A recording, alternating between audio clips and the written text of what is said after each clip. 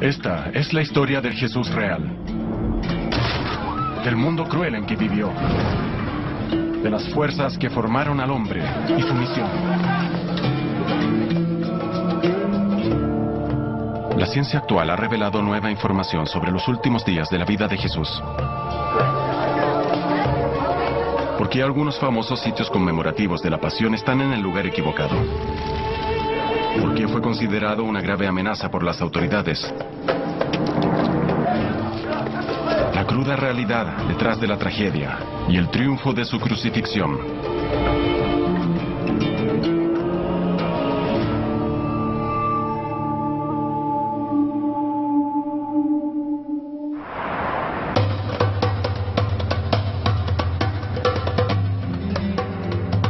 Tres expertos han efectuado una notable investigación a través de la Tierra Santa en busca del Jesús histórico.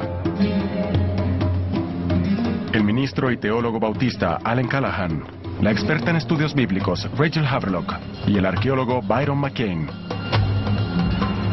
La última escala de su viaje es Jerusalén, como lo fue para Jesús. Jesús había ganado muchos seguidores como predicador y realizador de milagros. Prometió a sus adherentes judíos la salvación de la crueldad de los romanos, invasores de su tierra y de la corrupta élite regente judaica. Sobrevendría un nuevo régimen, el reino de Dios, que transformaría sus vidas. Cuando tenía cerca de 30 años, llevó su mensaje a Jerusalén, el centro de los poderes religioso y político. Los evangelios dicen que fue proclamado rey de los judíos, el Hijo de Dios. Una verdadera provocación, tanto religiosa como política. Jesús llegó a Jerusalén durante la fiesta de Pascua, que conmemora la liberación de los antiguos israelitas de su esclavitud en Egipto. Las autoridades ya estaban en estado de máxima alerta.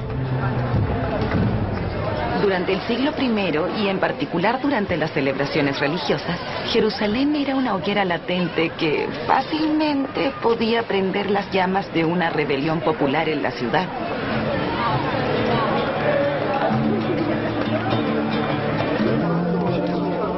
El templo de Jerusalén constituía el corazón de la religión judía. Era controlado por una acaudalada élite sacerdotal que se mantenía en el poder a costa de su colaboración con los invasores romanos.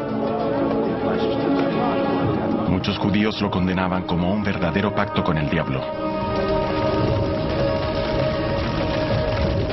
Cualquiera que alcance o se acerque al poder se contamina con él. No estoy diciendo que todos los sacerdotes en sí fueran corruptos, pero evidentemente hubo algunos que a título personal favorecían toda clase de negocios. Y eso sí era intolerable para Jesús.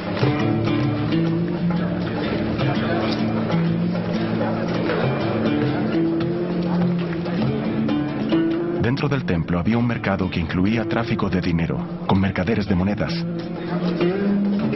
Y también a vendedores de animales para sacrificios religiosos.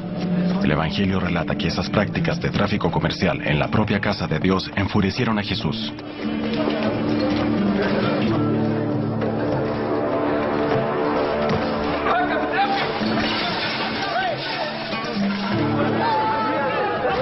Entró Jesús en el templo de Dios, echó fuera a todos los que vendían y compraban allí, volcó las mesas de los cambistas y las sillas de los vendedores de palomas y les dijo: escrito está que mi casa será llamada la casa de oración, pero vosotros la habéis hecho un antro de ladrones.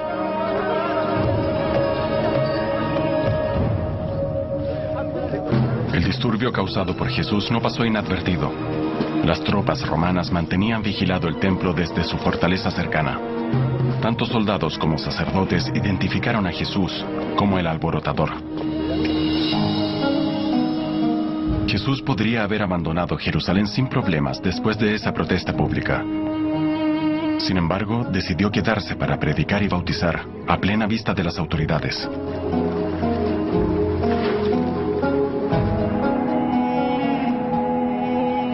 Jerusalén estaba atiborrada de peregrinos en esa Pascua, por lo que Jesús y sus discípulos permanecieron en las afueras, en el Monte de los Olivos, al otro lado del Valle Cedrón. Byron McCain descubrió que el camino que ellos habrían hecho permanece prácticamente igual. Esto es asombroso. El Valle Cedrón, aquí en el lado este de la ciudad vieja de Jerusalén, parece que estuviese atrapado en una suerte de cápsula del tiempo, porque a diferencia de tantos otros sectores, no fue modernizado ni se construyó sobre él. Aún se ve y se siente como debió ser en la época de Jesús. Las referencias a Jesús durante la última semana de su vida dicen que caminaba de Jerusalén al Monte de los Olivos y desde ahí de vuelta a la ciudad. Es indudable que circulaba por este camino. El Valle Cedrón estaba flanqueado por las tumbas de los más adinerados. Un recuerdo cotidiano para Jesús del abismo que separaba a ricos y pobres. Sabiendo lo que sabemos de Jesús, lo más probable es que lo haya perturbado tanta riqueza y ostentación. Jesús y los discípulos caminaban desde el Monte de los Olivos a la ciudad, pasando por el lugar en que realizaban bautismos, la alberca de Siloé. En 2004, cuando reemplazaban una cloaca urbana, trabajadores encontraron restos de la piscina. Rachel habla con el arqueólogo Romy Reich, quien fue el primero en ocuparse de este extraordinario hallazgo. Es realmente increíble. He estado muchas veces en Jerusalén y es la primera vez que veo esto. Bueno, esta es una excavación muy reciente. Data de hace pocos años y fue un descubrimiento casual.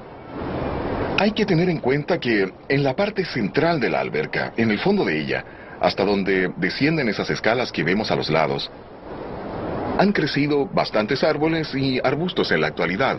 Así que, con un poco de imaginación entenderemos que fue una alberca bastante grande, en cuyos bordes se reunían centenares de personas, quizás algunos miles de ellas con el fin de sumergirse en estas aguas.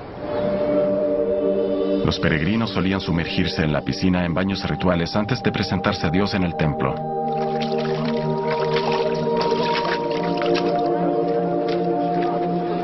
Después de ese aseo simbólico, ascendían al templo por una larga escalera que Romy Reich todavía está excavando. ¿Puede imaginar a Jesús subiendo estos escalones? Ciertamente. Lo probable es que cruzara el Valle Cedrón y tomara el baño ritual en la alberca, para luego, como cualquier otro judío, porque recordemos que era judío, subir por los escalones hacia el templo.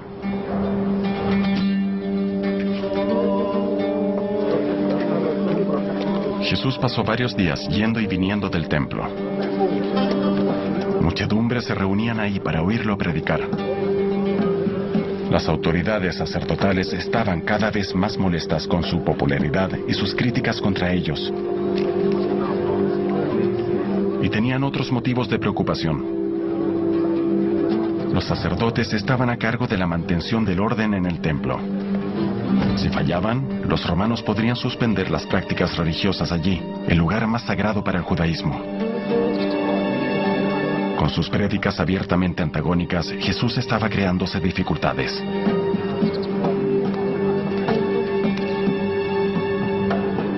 Allen Callahan analiza el efecto de la presencia de Jesús en Jerusalén con el arqueólogo Shimon Gibson, quien ha profundizado en los últimos días de Jesús aquí. A nadie le gustan las arengas encendidas cuando el ambiente es tan difícil de controlar, y estamos hablando de un escenario muy volátil.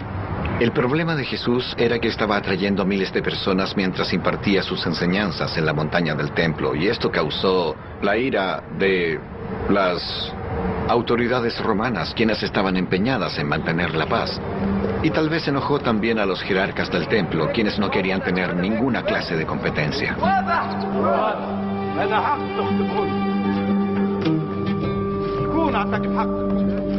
En su mensaje, Jesús proclamaba cambios radicales y era celebrado como un guía espiritual y un salvador. No tardó en despertar la atención del sumo sacerdote judío Caifás y del gobernador romano Poncio Pilatos. Y la decisión que tomaron fue simple. Desde su punto de vista, solo había una cosa que hacer con los agitadores del templo, y eso era eliminarlos. Pero aún con todo su poder, las autoridades vacilaban ante arrestar a Jesús frente a sus partidarios. Los principales sacerdotes y los consejeros ancianos conspiraron para arrestarlo con engaño y matarlo, pero dijeron, no durante la fiesta, para no causar una revuelta en el pueblo. Era solo cosa de tiempo para que los poderosos optaran por detener al hombre que veían como un agitador peligroso. El primer paso para lograrlo consistió en buscar a alguien cercano a Jesús, dispuesto a traicionarlo.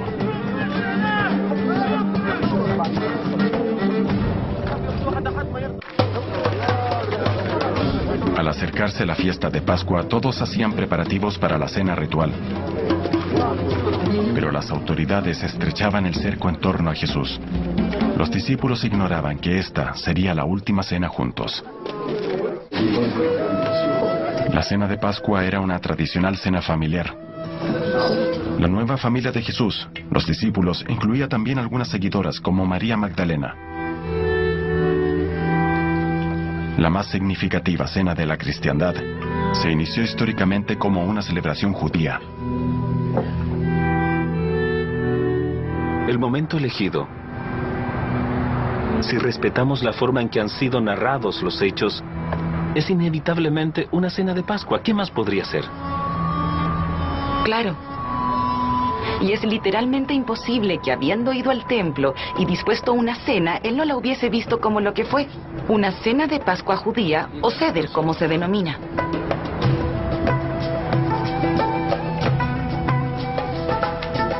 El pan sin levadura y el vino son ingredientes esenciales de una Seder, y habrían de adquirir gran importancia en la cristiandad como símbolos del cuerpo y la sangre de Cristo.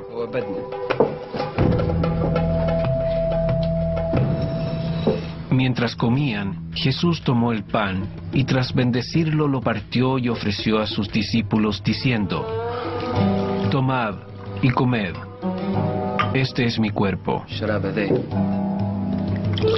Luego tomó la copa, dio las gracias y se las ofreció diciendo, bebed de ella, todos ustedes, porque esta es mi sangre del nuevo pacto, que por muchos es derramada para remisión de los pecados.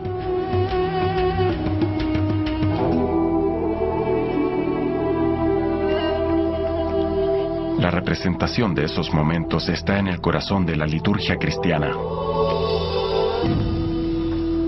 La tradición cristiana se ha apropiado del ritual de la cena judía, convirtiéndolo en quizás el signo más distintivo del cristianismo, que son el pan y el vino. También es un hecho de intensidad dramática.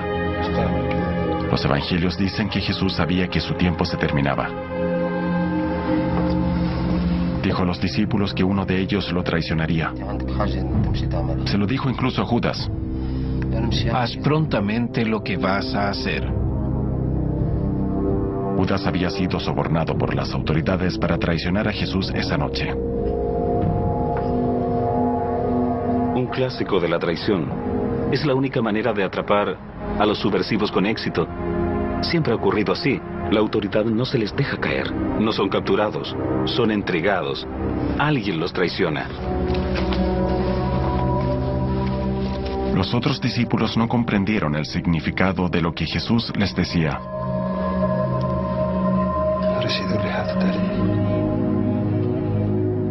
Después de la cena, todos juntos deben haber caminado por el Valle Cedrón hacia donde albergaban, en el Monte de los Olivos.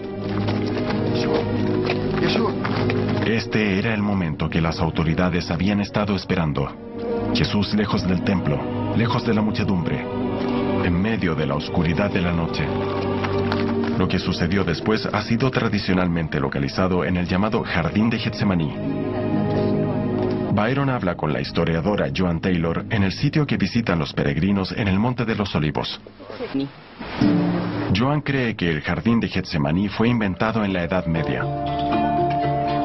No es mencionado así en los evangelios. Mateo, Marcos y Lucas hablan de un lugar llamado Getsemaní. Y por su parte, Juan menciona un jardín.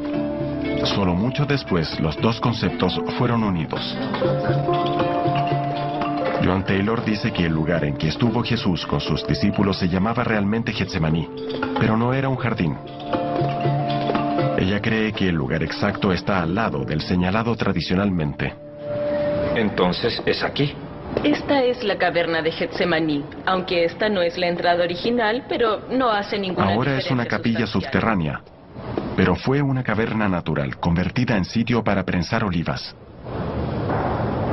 Varias capas debajo de estas manifestaciones de la tradición cristiana se esconden algunas muestras concretas que parecen sugerir que en este lugar existió una especie de instalación agrícola y que esta fue una caverna en la que se prensaban aceitunas quizás. Gat Shemení quiere decir prensa olivarera en hebreo. Getsemaní es la traducción al griego de este vocablo hebreo, Gat Shemení. En ese nicho, que ahora está cubierto por una cortina, hay un receso curvo. Y eso calza perfectamente con lo que se necesitaría en caso de tener aquí una prensa para olivas. No era la época del año para dormir al aire libre, aun cuando se fuera buscado por las autoridades.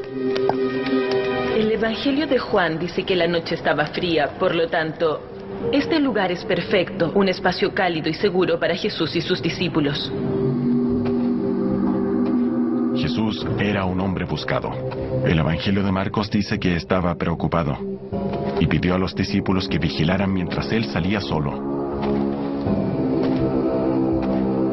Y les dijo: siento una pesadumbre que es de muerte. Quedaos aquí y vigilad. Podría continuar con su misión, incluso si ésta lo llevaba a una muerte cierta y cruel.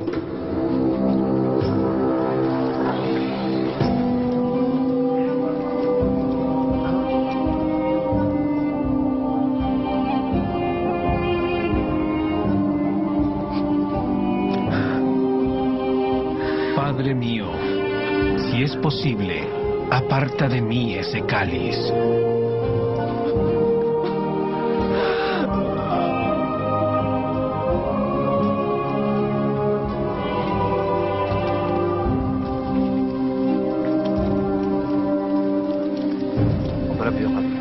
Al regresar, Jesús vio que los discípulos estaban dormidos. Les preguntó si podían permanecer despiertos un poco más y salió otra vez.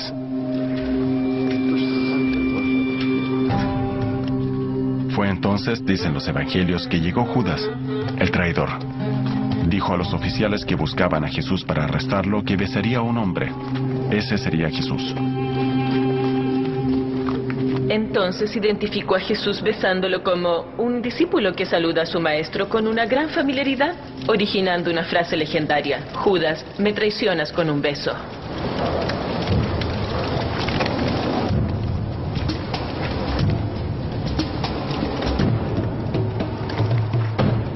Jesús aceptó el beso de Judas y con él su propio destino.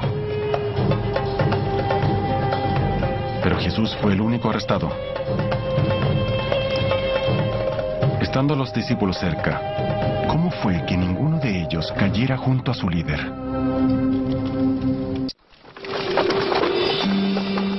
Los evangelios describen un suceso hostil en Getsemaní, al pie del Monte de los Olivos. Jesús fue detenido. Los discípulos escaparon. Ninguno de sus discípulos fue arrestado. Ninguno de ellos fue muerto. Ninguno fue herido. Claro, una manera de verlo es decir, bueno, hubo una confrontación ahí y huyeron todos en direcciones diferentes y lo dejaron a su suerte. Y me parece que es errado interpretarlo de esa manera. Pedro trató de intervenir, dice el Evangelio, acuchillando en una oreja a uno de los guardias. Pero Jesús lo detuvo e impidió mayor violencia. Pero entonces, si Pedro hirió a uno de los guardias, ¿por qué no lo detuvieron también? ¿Por qué le permitieron escapar? Tal vez la contradicción puede explicarse como ejemplo temprano de manipulación de hechos. La historia se ha narrado en beneficio de esos sobrevivientes. Algunos de ellos eran ahora líderes, se pusieron a la cabeza de las comunidades. Nadie quiere decir que dieron la espalda y huyeron.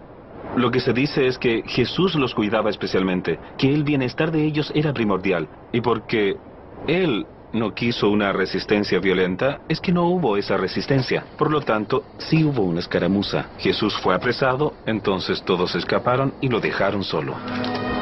Hasta los evangelios admiten que los discípulos eventualmente se dieron a la fuga. Según Mateo, a Judas lo abrumó tanto el remordimiento que optó por ahorcarse.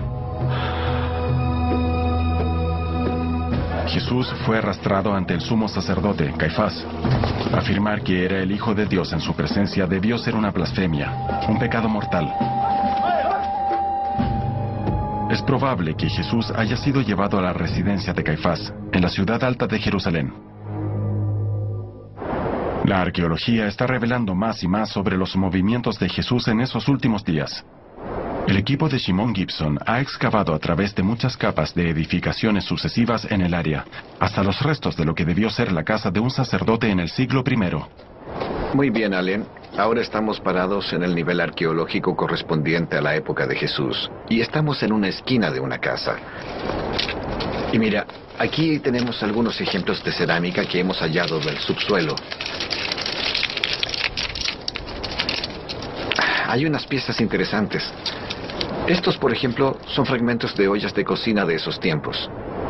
Mira aquí, este es un trozo de terra sigilata o cerámica sellada, y esto indica que pertenecían a los más adinerados, porque eran exhibidos en objetos de fantasía. Y también tenemos pedazos de carboncillo, y también caracolas, e incluso caracolas de púrpura, que son unos moluscos de donde se extrae un tinte, precisamente púrpura, para teñir vestimentas sacerdotales. Por lo tanto, es un sector de la riqueza, y Jesús fue traído aquí después de su arresto. Según los evangelios, los tres primeros evangelios, hay coincidencia en describir una especie de juicio ante la jerarquía religiosa. Fue traído a esta vecindad. Luego lo llevaron al patio de la mansión del sumo sacerdote y allí tuvo lugar un interrogatorio.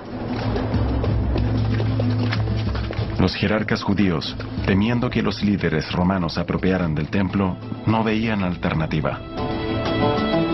Jesús era una amenaza religiosa y política, así de simple. El problema debía ser solucionado. Los sacerdotes reunieron a los miembros de su consejo, el Sanedrín, para interrogar a Jesús.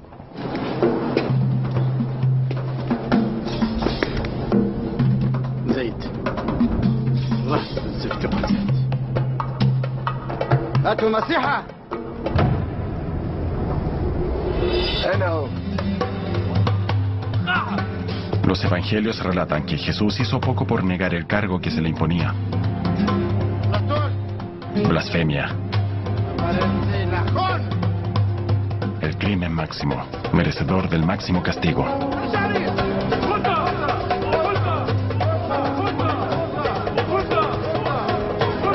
Pero los sacerdotes no podían emitir la sentencia condenatoria. Jesús fue, por lo tanto, entregado al gobernador romano Poncio Pilatos, un implacable disciplinario que regía con mano de hierro.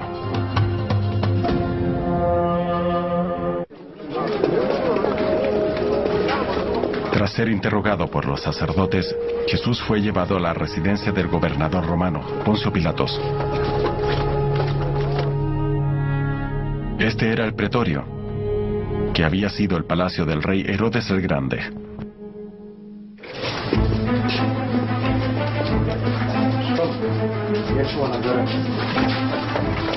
Poncio Pilatos odiaba Jerusalén. Acudía a la ciudad solamente cuando era necesario, como en jornadas potencialmente explosivas como la Pascua, cuando debía estar alerta para sofocar cualquier indicio de disturbio.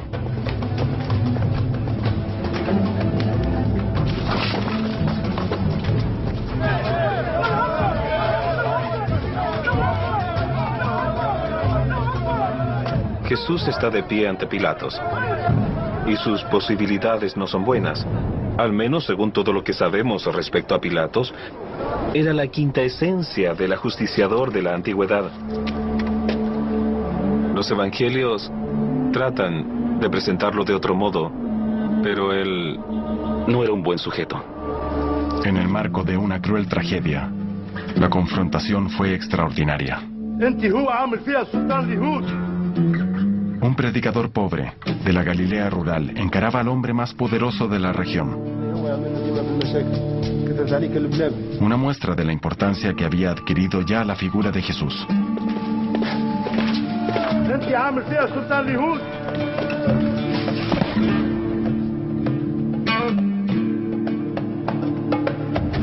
Los evangelios narran que Jesús fue desafiante ante Pilatos.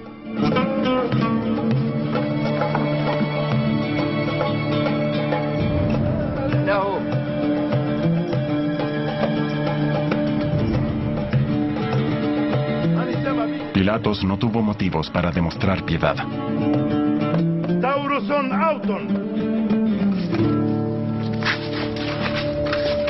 Y así se inició el camino del dolor, el Vía Crucis, el que dicen los evangelios Jesús soportó entre el juicio y la ejecución.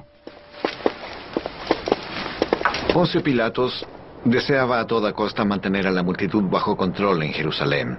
Quería una ciudad segura y tranquila durante la festividad de Pascua y pretendía que todos supieran que si causaban algún desorden serían castigados duramente, sin piedad, incluso con la pena máxima si era necesario. Por eso, en cierta forma, Jesús fue un chivo expiatorio. Primero, sufrió una brutal flagelación que por sí sola pudo ser fatal.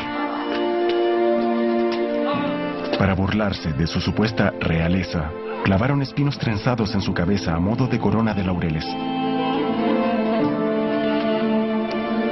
Luego Jesús fue obligado a cargar los maderos de su cruz al lugar del sacrificio. Aunque es poco probable que alguien en su estado hubiese cargado algo más que el madero transversal. Nos dicen que Jesús colapsó bajo el peso.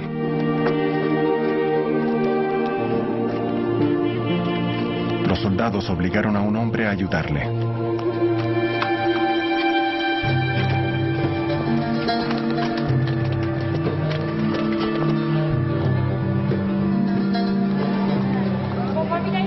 Siglos de devoción han consagrado las estaciones de la cruz que los peregrinos recorren en la parte vieja de Jerusalén. La ruta tradicional del Vía Crucis fue trazada por los cruzados en la Edad Media, pero en un lugar errado. Supusieron que habían juzgado a Jesús en la fortaleza romana, al norte del templo, de modo que la ruta parte de ahí al lugar de la crucifixión. Pero en verdad fue juzgado al oeste, en la residencia de Pilatos. Entonces, habiendo partido del lugar del enjuiciamiento, Jesús fue traído hasta este sitio y por esta escalera que ha sido datada por los arqueólogos en el período herodiano, siguió hacia la puerta Genaz, cruzando la ciudad. Esta no es la ruta de los cruzados que está en el noroeste de la ciudad. Ahora estamos al oeste, en una ruta totalmente distinta, pero que es mucho más convincente en términos de escena con evidencia arqueológica. Mira estos escalones. Esa evidencia ha dado nuevas perspectivas acerca de los últimos días y horas de la vida de Jesús. Aunque los detalles exactos de la crucifixión siguen siendo un misterio. Solo recientemente la ciencia ha empezado a revelar la realidad de lo que Jesús sufrió en la cruz. En tiempos de Jesús, las crucifixiones se efectuaban fuera de los muros de la ciudad de Jerusalén, donde serían más visibles. Jesús fue llevado a una colina llamada Gólgota, que significa lugar de la calavera. Parece haber sido una cantera abandonada.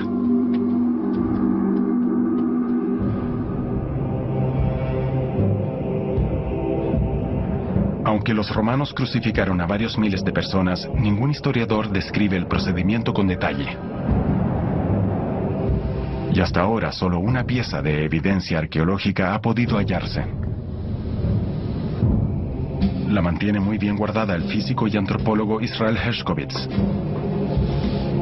Fue descubierta en 1968 y es un hueso calcáneo de un hombre crucificado con un clavo aún inserto. Me imagino lo difícil que debe ser describir el valor de esta evidencia. En primer lugar, procede de Jerusalén, el mismo lugar en que Jesús fue crucificado. ¿Y es de la época de Jesús? Sí, exactamente, es de la misma época de Jesús. Los romanos crucificaron a miles de personas, pero... Así que tenemos este único hueso y este un único hueso clavo. y un clavo, y es todo. Cuesta creerlo. En esa época los clavos eran muy caros. Hay quienes sugieren que la única razón de que este clavo permaneciera intacto y no fuese retirado y usado para otro Está propósito... torcido, claro. Sí, exactamente. El hecho es que está doblado hacia atrás y resultaba muy difícil de retirar. Por eso permaneció y aquí lo tenemos. Es una suerte.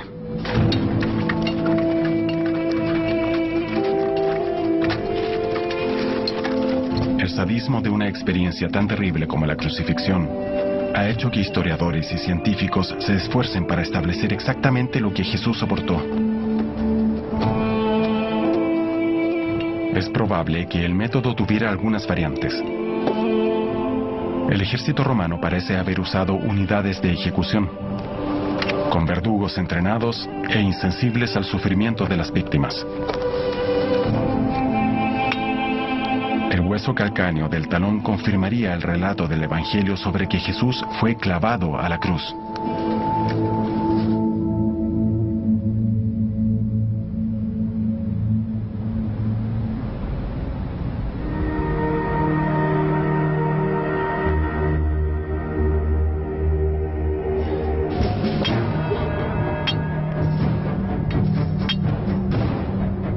Con tan escasa evidencia, los investigadores forenses han intentado recrear en sus laboratorios los horribles detalles de la crucifixión. Se cree que se usaban cuerdas en torno a los brazos para soportar parte del peso de la víctima. En los sitios de las ejecuciones había probablemente postes permanentes que solo requerían fijarles un travesaño.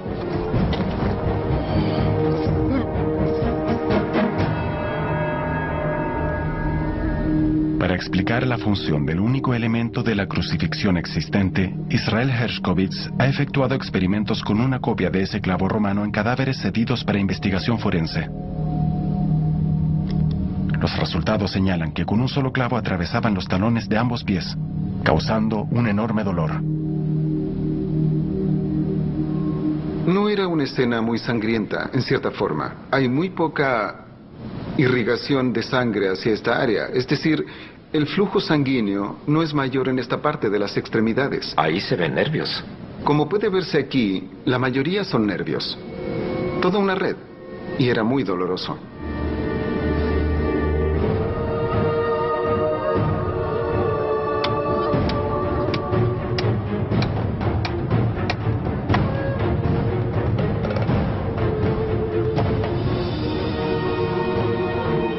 Hershkovitz demuestra que la inserción de un clavo en los huesos calcáneos tiene otras consecuencias directas. El problema era que un clavo así en los talones de inmediato causa una división. El músculo se contrae y en el acto divide el hueso calcáneo en dos partes. No puede soportar el peso del cuerpo, de ningún modo. La víctima cuelga solo de los brazos y no puede respirar. Según antiguas crónicas, había una especie de banquillo en la mitad del poste vertical. Con el fin de mantenerlos con vida, les ponían este pequeño asiento para sujetar el cuerpo. Una persona en la cruz estaba destinada a morir muy lentamente, por días. Claro, pasaban días algunos de agonizando. los relatos acerca de las crucifixiones hablan de víctimas que agonizaban durante varios días. Algo horrible. Al parecer, a los romanos les interesaba que sus víctimas sobrevivieran todo lo posible para dar mayor impacto político al espectáculo. Con la crucifixión, los romanos tomaban el cuerpo humano y lo transformaban en un medio muy efectivo de propaganda del poder imperial. Con una mirada te llegaba el mensaje. No había que pensarlo mucho.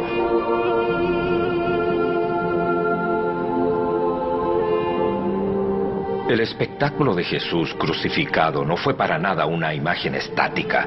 Se movió, sangró, se quejó, clamó al cielo y murió en forma muy lenta.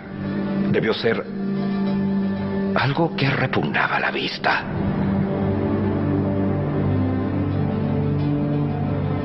Jesús había personificado las esperanzas y sueños de muchos seguidores.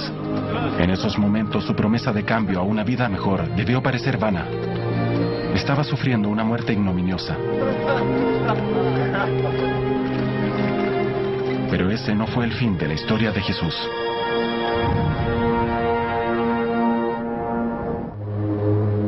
Los evangelios cuentan que Jesús fue crucificado en la mañana de un viernes. Poco antes del ocaso, había muerto. Generalmente las víctimas de crucifixiones quedaban expuestas a la rapiña de animales o eran arrojadas a un vertedero. El cuerpo de Jesús fue salvado por un hombre rico, José de Arimatea. Era uno de los discípulos secretos de Jesús y se las arregló para que le permitieran dar sepultura al predicador.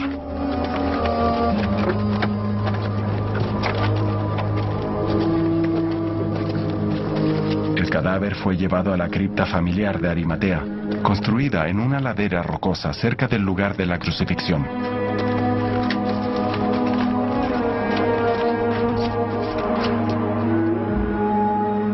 La gran iglesia del Santo Sepulcro conmemora los lugares más sagrados de la cristiandad: la estación de la cruz de Jesús y su tumba. Byron McKean está aquí con la profesora Jody Magnus, experta en arqueología de los periodos romano y bizantino.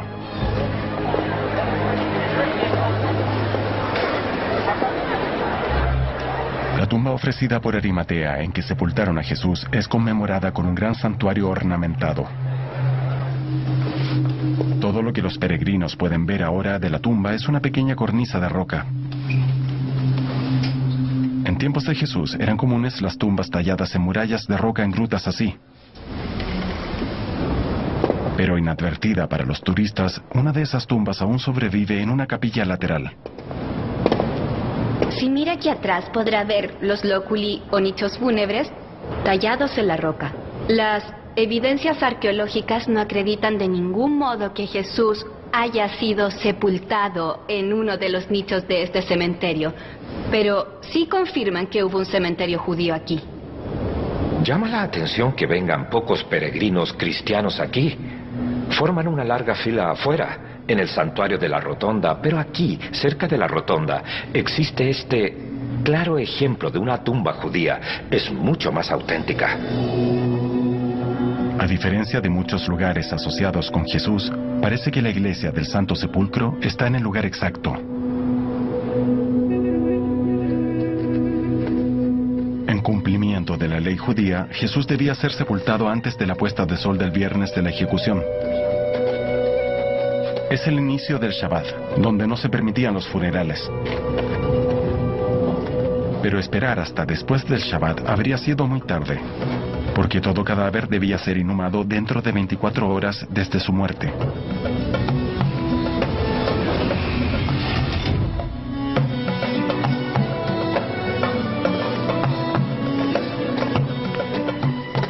El domingo después de la crucifixión, su discípula María Magdalena y María, su madre, llegaron para terminar el proceso de ungir y amortajar el cuerpo de Jesús. Pero cuando se disponían a entrar, descubrieron que la tumba estaba abierta. Los análisis racionales y la ciencia no han sido suficientes pasados 2000 años para determinar qué ocurrió aquí desde el anochecer de aquel viernes. Dentro de la tumba no había cadáver.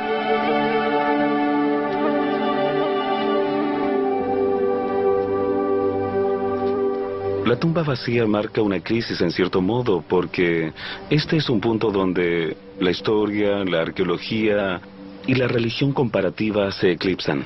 Y alguna especie de fe argumentativa comienza a nacer. El Evangelio de Mateo relata que apareció un ángel del Señor y dijo: Vosotros no temáis, porque yo sé que buscáis a Jesús el crucificado. No está aquí. Id pronto y decid a sus discípulos que ha resucitado de entre los muertos.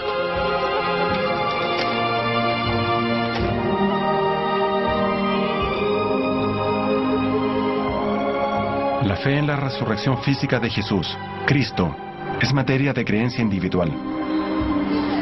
Lo que no puede negarse es que su muerte y sepultación no pusieron fin a la historia de Jesús. Solo fueron el comienzo. En los años que siguieron a la muerte de Jesús, las tensiones religiosas y políticas que habían estado desarrollándose durante su vida hicieron crisis finalmente. A 30 años de su muerte, los judíos se alzaron contra sus opresores romanos. La rebelión judía del año 66 de nuestra era fue aplacada sin piedad. Los romanos destruyeron el templo de Jerusalén y no dejaron piedra sobre piedra. Ahí arriba nada queda del templo que existió en los días de Jesús. Los romanos lo destruyeron totalmente y cuando el ejército romano arrojó esas inmensas piedras, ellas golpearon estruendosamente la calle, destrozando el pavimento y dejando esta enorme brecha. Fue el punto de quiebre entre el judaísmo y el cristianismo, que siguieron caminos separados. Con la destrucción del templo, el eje del cristianismo se desvía y se mueve desde la tierra de Jesús, donde se originó, hacia la ciudad de Roma, donde se forjará su futuro. El cristianismo se difundió por el Mediterráneo y más allá. El Imperio Romano adoptó oficialmente la religión cristiana en el siglo IV de nuestra era.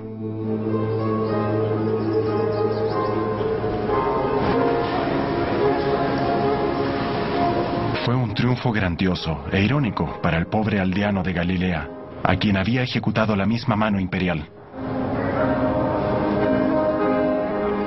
Hoy, 2.000 millones de personas, aproximadamente un tercio de la población mundial, es cristiana. Lo más interesante para mí ha sido ver el grado en que estas historias adquirieron vida propia.